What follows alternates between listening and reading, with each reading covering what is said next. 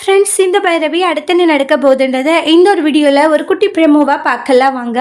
இங்கே ரொம்பவே சந்தோஷமா இருக்காங்க காயத்ரி. அவங்களுடைய நிச்சயதார்த்தம் நடக்கிறத நினச்சி அவங்க ஆசைப்பட்ட மாதிரியே செலியனுக்கும் காயத்ரிக்கும் நல்லபடியாக நிச்சயதார்த்தம் முடிஞ்சிருது.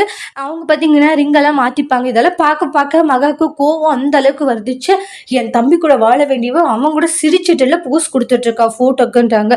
பார்க்கும்போது அப்படி இப்போ ஒரு ஆத்திரம் வருது, எனக்கு கோவம் வருது, கண்ட்ரோல் பண்ண முடியலன்றாங்க.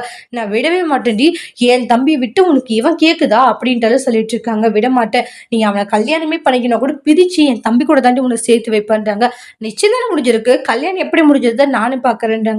கண்டிப்பா கல்யாணம்னு ஒண்ணு நடந்தா அது என் தம்பி கூட மட்டும்தானே நடக்கும். கண்டிப்பா இவன் கூட எல்லாம் உன் கூட கல்யாணமே நடக்கவே நடக்காதுன்றாங்க.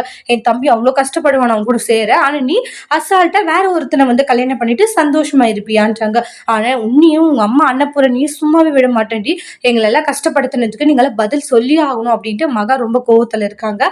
அடுத்த மகா எப்படி இந்த கல்யாணத்தை நிப்பாட்டி அவங்க தம்பியும் காயத்ரியும் ஒண்ணு சேர்த்த போறாங்கன்றத நெக்ஸ்ட் வீடியோல பார்க்கலாம். தேங்க்யூ.